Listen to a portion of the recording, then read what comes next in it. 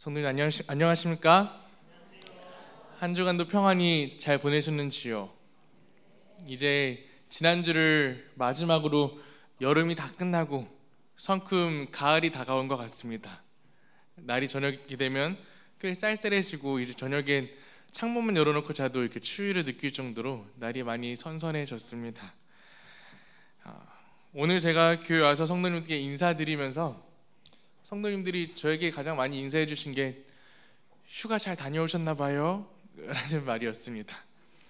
제가 보기에 좀 이렇게 살이 좀 쪄서 왔는지 몇 분께서 이렇게 보기 더 좋아져서 왔다고. 지난주에 한 주간을 보내면서 사실 전도사는 휴가가 없었기 때문에 3년 만에 처음 나가본 휴가였습니다. 그래서 규원이와 가족들과 함께 좋은 시간 잘 보내고 또 많이 재충전돼서 돌아오는 귀한 시간을 또 교회에서 또 목사님께서 허락해 주셔서 또 한 주간을 잘 보냈습니다. 오늘은 사사기 시리즈를 계속 이어가며 기드온에 대해서 두 번째 시간을 함께 나누며 살펴보려 합니다.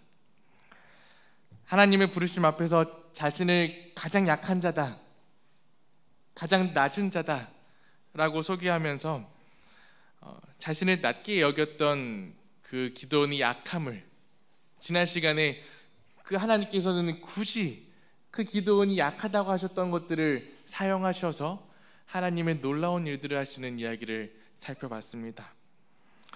그리고 오늘 이 시간에는 믿음이 약했지만 이제는 하나님이 자신과 함께 하고 있음을 확신하고 그 하나님 함께 하심을 확인한 기드온이 전쟁에서 승리하는 이야기를 함께 다룰까 합니다. 기드온 하면 유명한 이야기 혹시 아십니까?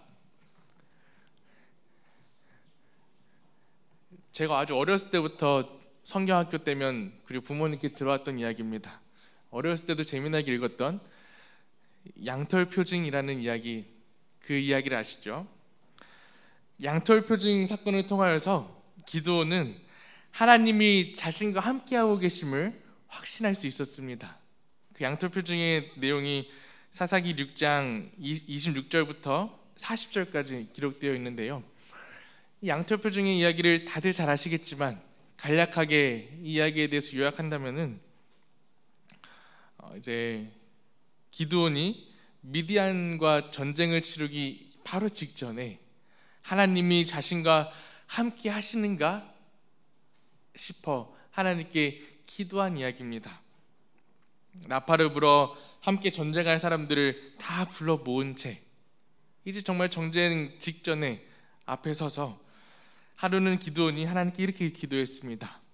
하나님이 저와 함께 하시겠다 하셨으니 저와 함께 하신다면 제가 이 들판에다가 이 양털 뭉치를 올려놓겠으니 다음 날이 되었을 때 온 지면은 이슬이 내리지 않고 양털에만 이슬이 내려서 촉촉하게 비를 내려주시옵소서 라고 기도하고 잠을 잤어요. 다음 날이 되지 어떻게 됐습니까? 기드온이 아침에 눈을 뜨자마자 양털이 있던 자리로 달려갔습니다. 그리고 그 양털을 쭉 짜자 바구니에 물이 가득 찰 정도로 양털에 물이 가득했습니다. 그런데 그 주변은 이슬이 하나도 맺히지 않는 놀라운 기적을 경험하게 됩니다.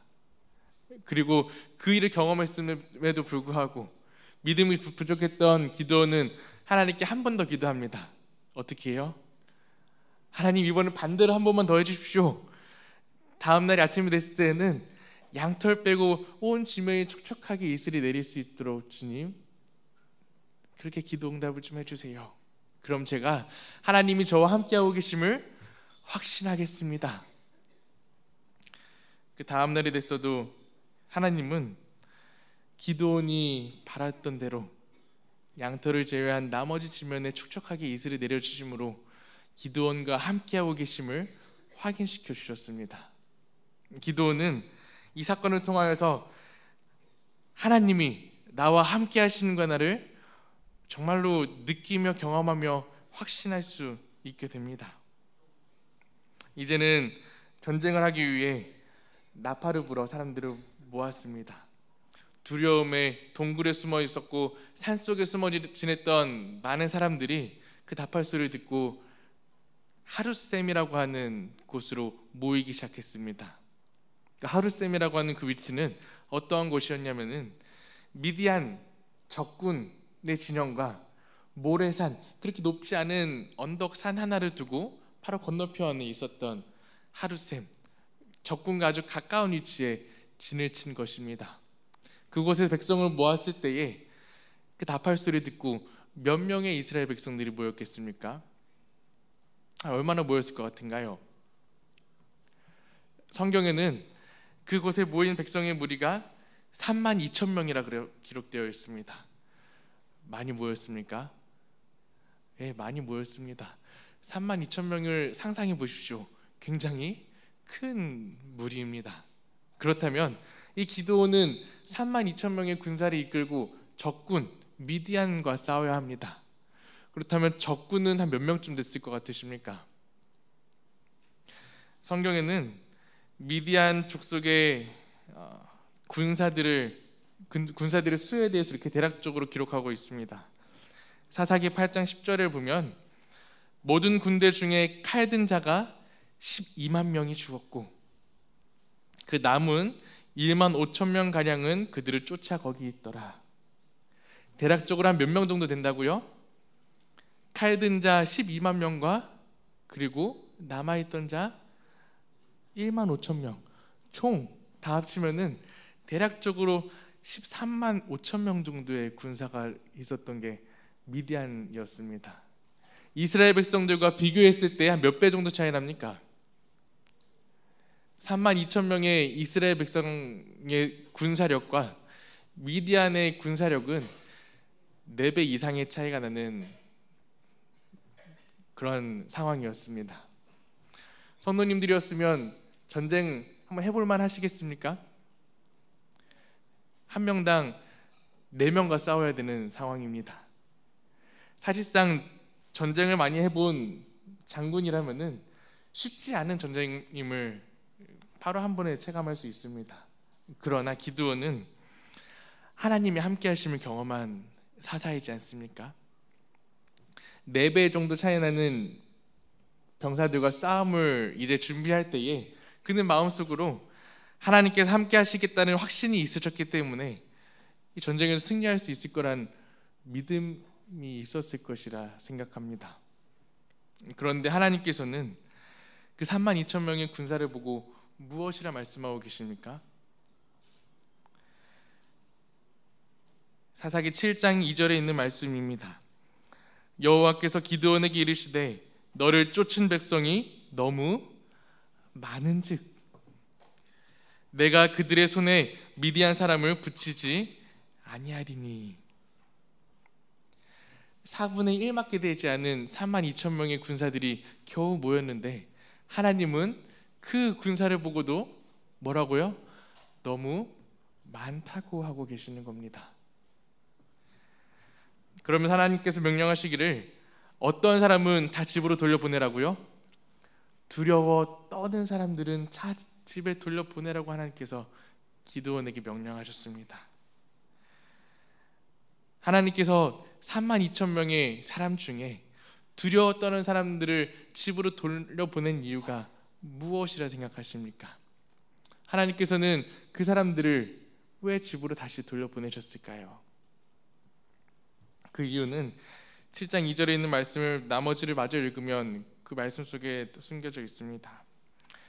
이는 나를 거스려 자긍하기를 내 손이 나를 구원하였다 할까 함이니라. 그 미디안과의 전쟁이 끝이 난 다음에 전쟁에서 승리하게 되었을 때에 백성들이 하나님을 기억한 것이 아니라 자신의 힘을 기억하고 자신의 힘을 과시하며 우리들의 힘이 이스라엘 백성들을 구원하였다 혹여나 그렇게 생각할까봐 하나님은 그 자리에 모인 3만 2천 명의 군사들이 너무 많다라고 말씀하신 것입니다. 그리고 그 사람들을 집으로 돌려보내셨습니다. 이 일은 하나님이 아니면 불가능한 일이다 라고 하는 그 상황으로 하나님께서는 만드시길 원하셨던 것입니다. 이 말이 무슨 말이에요? 하나님이 함께 하시는 전쟁을 하나님은 준비하고 계시는 중이었다는 것이었습니다. 우리들에게도 미디안 사람들과 싸우는 전쟁이 우리 앞에 닥치진 않겠지만 우리도 삶을 살다 보면, 지내다 보면 싸움과 같은 극한 고통과 아픔들이 우리들에게도 찾아올 때들이 있습니다. 하나님께 기도하고 하나님께 매달리며 하나님 어디 계시냐고 울부짖었을 경험들도 모두에게 다 있으리라 확신합니다. 그 힘들었던 순간들이 하나하나 다 지나가고, 지나간 힘들었던 아픔들을 되살펴보면 가끔 이런 생각 드시지 않습니까?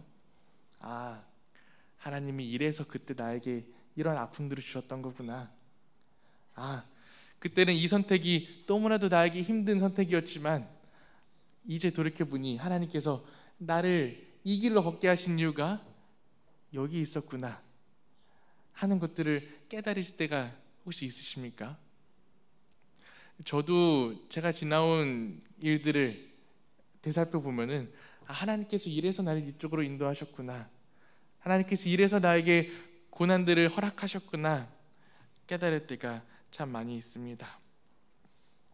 우리는 이 기도원의 말씀을 통하여서 우리들에게 현재 지금 아니면 지나간 고통들이 우리들의 삶을 억누르고 있었을 때에 우리는 그 고통들로 인하여서 좌절하고 낙담하고 하기보다는 그 힘든 가운데에서 하나님이 이 일들을 통하여서 어떻게 나에게 하나님께 쓰임받는 일로 사용되게 하실까 기대하시고 소망 품게 되는 저희 모든 성도님들 되기를 간절히 소망합니다.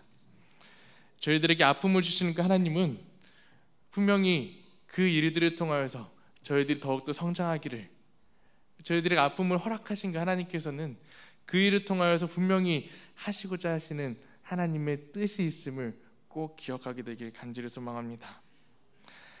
나쁜 일들은 꼭 한 번에 몰려온다고들 합니다. 정말 지내다 보면 그런 일들이 많은 것 같아요. 그러나 그럴 때일수록 하나님께서 보이실 그 일들에 기대하시며 지내시길 간절히 소망합니다. 다시 기드온의 이야기로 돌아왔을 때에 기드온은 이제 하나님께서 명령하신 말씀 32,000명의 병사들을 향하여서 무엇이라 말해야 됩니까? 두려워 떠는 자들은 다 돌아가라 라는 말을 전해야만 했습니다. 하나님의 말을 백성들에게 전해야 했을 기드온의 마음이 어땠을까요? 전쟁 앞에서 두려워하지 않는 사람이 과연 누가 있을까 싶습니다. 목숨을 내어놓고 자신이 죽을 줄 모르는 상황 앞에서 두려워하지 않는 사람이 과연 누가 있을까요? 32,000명이라고 하는 숫자도 굉장히 적은 숫자여서 싸움하기 힘든 상황인데 그 사람들에게 두려운 사람은 다 떠나가라 라고 말을 전해야 되는 상황이었던 것입니다. 참으로 두렵고 걱정되는 상황일 것이라 생각되어집니다. 제가 기드온의 상황이었고 기드온의 입장이었다면 그 말을 전해야 될 때에 아마 이런 믿음으로 백성들에게 나아가지 않았을까 싶습니다. 하나님이 나와 함께 하신다 했으니까 내가 백성들에게 나아가서 두려운 사람들은 다 돌아가라 라고 했을 때에 그 자리에서 한 명도 떠나지 않고 하나님이 함께 하신다 했으니까 32,000명이 더욱더 으쌰으쌰 뭉쳐가지고 전쟁을 위해 사기를 충전하는 기회가 됐으면 좋겠다라고 하는 믿음을 가지고 백성들에게 나아갔을지도 모르겠어요.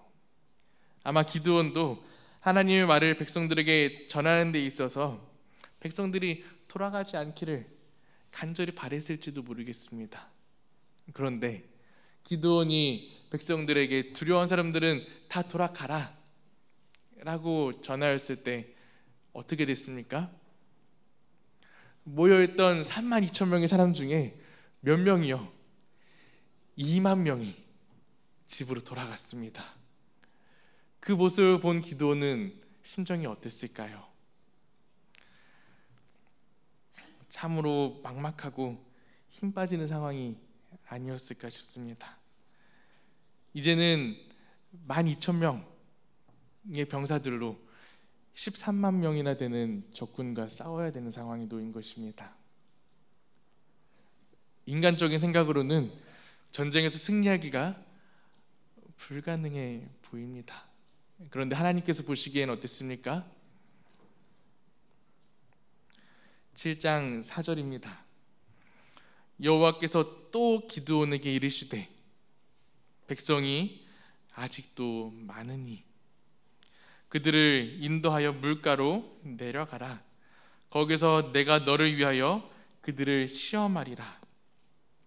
물은 내가 누구를 가리켜 이르기를 이가 너와 함께 갈 것이요 내가 누구를 가리켜 이르기를 이는 너와 함께 가지 말 것이라 하면 그는 가지 말 것이라 하신지라. 하나님께서 기드온에게 주신 두 번째 명령이었습니다. 백성들을 물가로 인도하여라. 내가 그들을 시험하겠다. 그리고 하나님께서 기드온에게 명령하시기를 내가 보내라고 하는 사람들은 다 집으로 또 돌려보내라. 내가 남으라고 하는 사람들만 여기 이곳에 남기어라 라고 하나님은 기드온에게 또 명령하신 것입니다. 이때에 이 두 번째 명령을 받은 기드온의 태도는 어떠했습니까? 그 하나님의 명령 앞에 주저하거나 망설이거나 토다는 모습이 말씀 속에서 보이십니까? 전혀 그렇지 않습니다. 기드온은 하나님께서 그렇게 말씀하시자 그대로 또 백성들을 물가로 인도하여 하나님의 시험을 받게 인도합니다. 그리고 하나님께서 떠나보내라고 하신 사람들은 또 그대로 다 떠나보냅니다. 어떠한 마음을 가지고 있었기에 기드온이 그렇게 순종할 수 있었던 것이었을까요?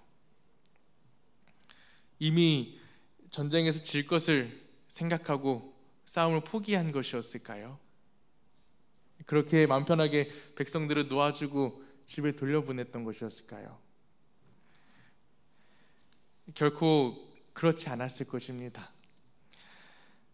승리하기에 불가능해 보이는 환경 속에 기드온이 놓여 있었지만 기드온은 확신에 찬 믿음이 있었습니다.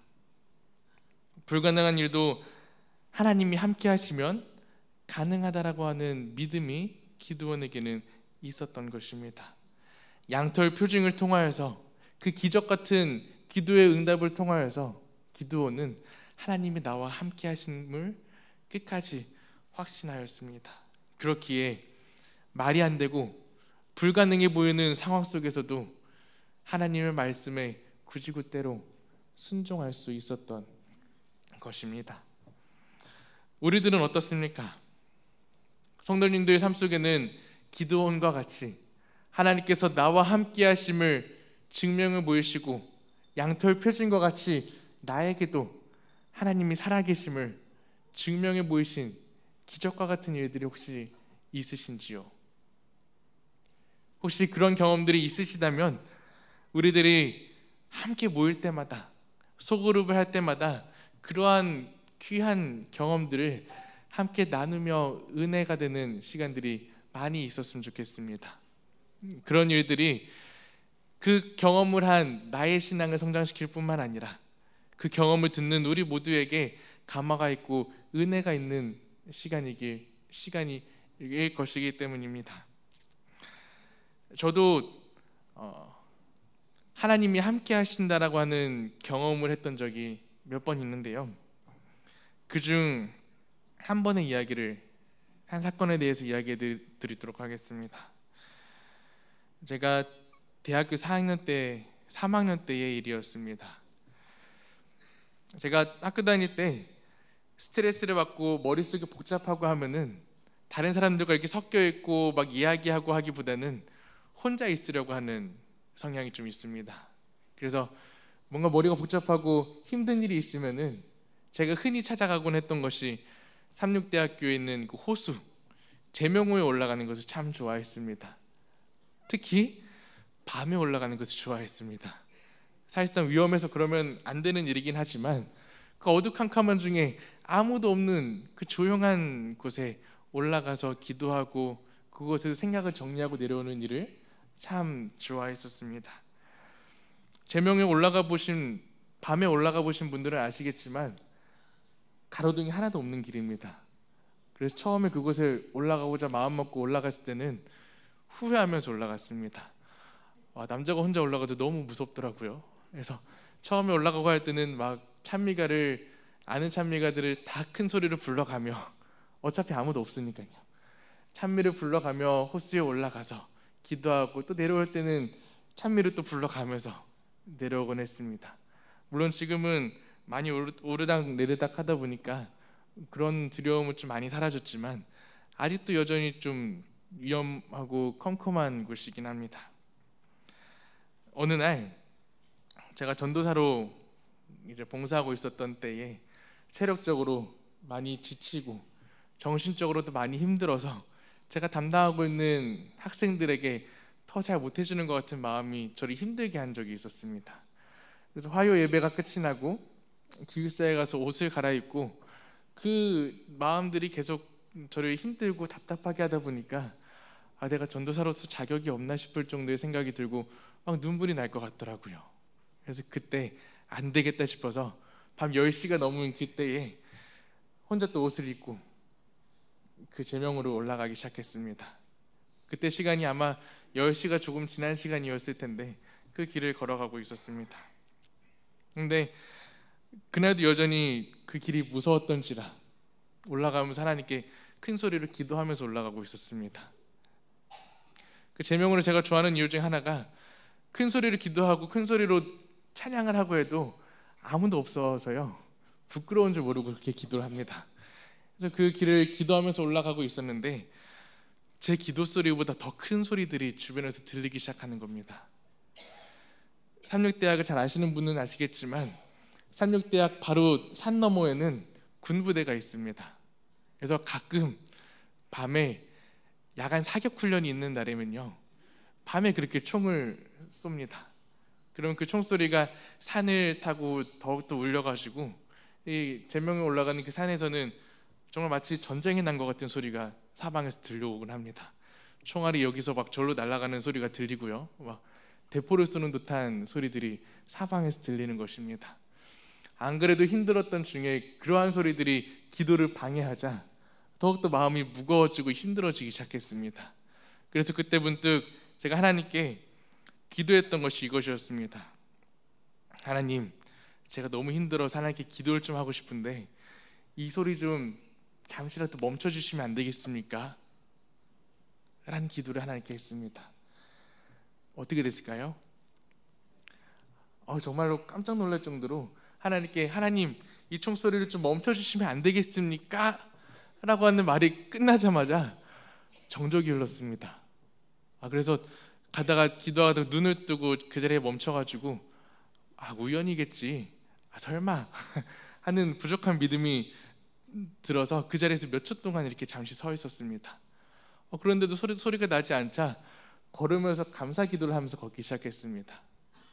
그렇게 제명호에 올라가고 또 내려오는 그 시간 동안 1시간이 넘는 가량이 흘렀는데 하나님께 그 기도를 한 다음 기도하러 올라갔다 내려오는 그 모든 시간 동안 아무 소리도 들리지 않고 조용하게 이렇게 그 기도 시간을 지켜주신 하나님의 경험을 하고서는 하나님께서 나와 함께 하시는구나, 하나님께서 지금 내 기도를 바로바로 듣고 계시는구나를 경험한 적이 있습니다.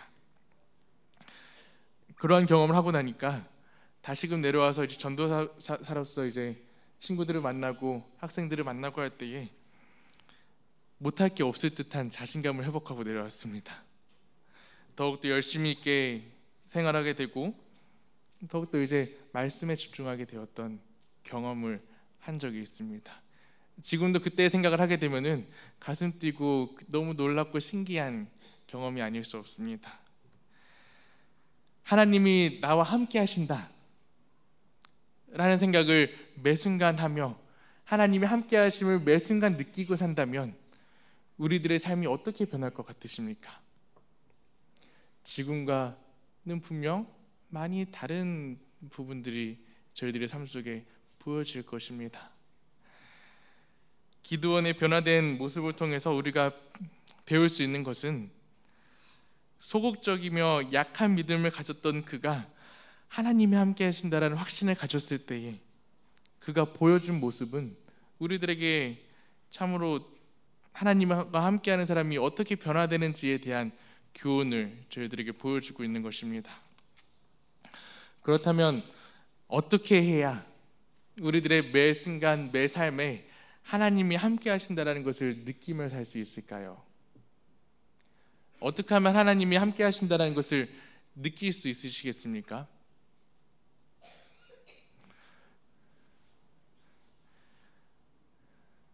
다들 잘 모르시는 건가요? 예, 뭐 여러 가지 방법을 통하여서 하나님의 함께 하심을 느낄 수 있겠지만 하나님께서 알려주신 방법은 말씀 묵상과 기도 생활입니다. 저희들은 뭐 정말 간단하고 저희들이 너무나도 잘 알고 있는 방법이긴 하지만 저희들이 하루하루 살면서 참으로 많이 놓치고 사는 부분들이기도 합니다.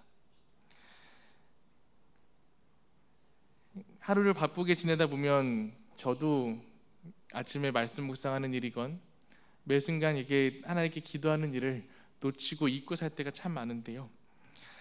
아침에 일어나 하나님께서 주실 오늘의 말씀을 읽으면서 하루를 시작하는 것, 그 말씀을 묵상하면서 어딜 가든지 하나님께서 아침에 보여주신 그 말씀을 묵상하며 걸어가는 것, 그러한 삶이 하나님이 함께 하심을 경험하는 삶이지 않을까 생각합니다.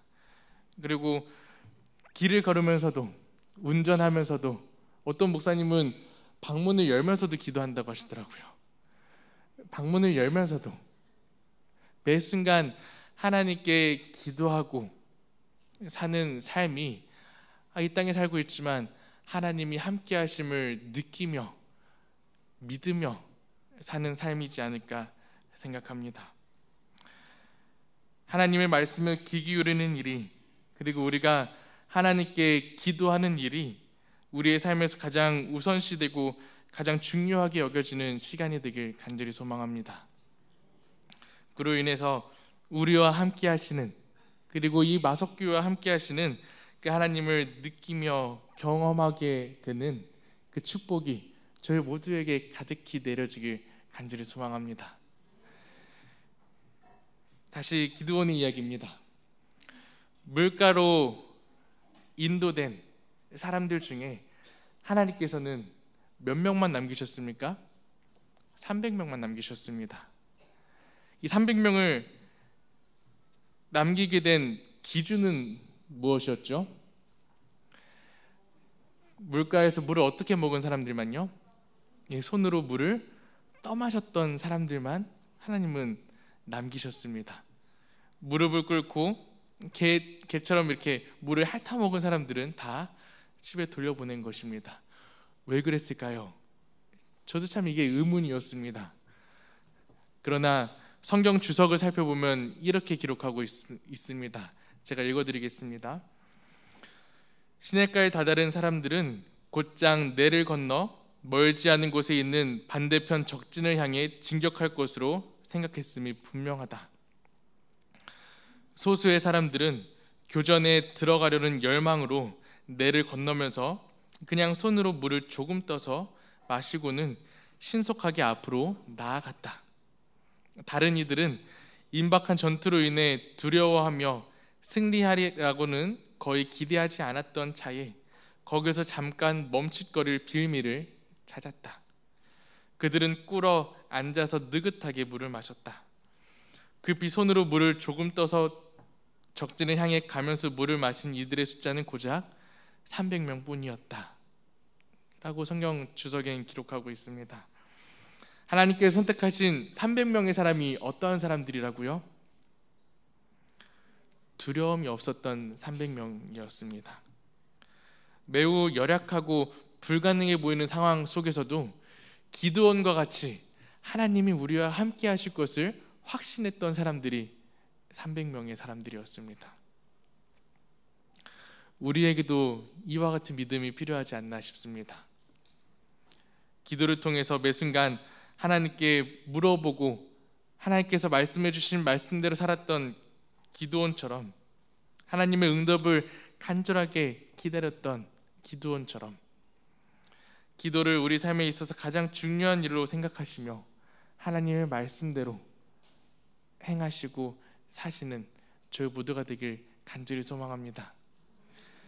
그랬을 때 어떠한 상황이 온다 해도 두려움보다는 하나님께서 역사하실 일들에 기대하게 되고 고난 속에서도 희망을 품게 되는 놀라운 일들이 저희들의 삶 속에서 보여지리라 또한 확신합니다.